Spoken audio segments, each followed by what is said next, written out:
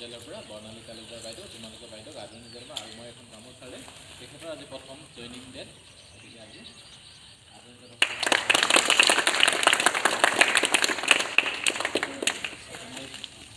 আমাৰ যদুমণি দিহিঙীয়া ছাৰ আছে,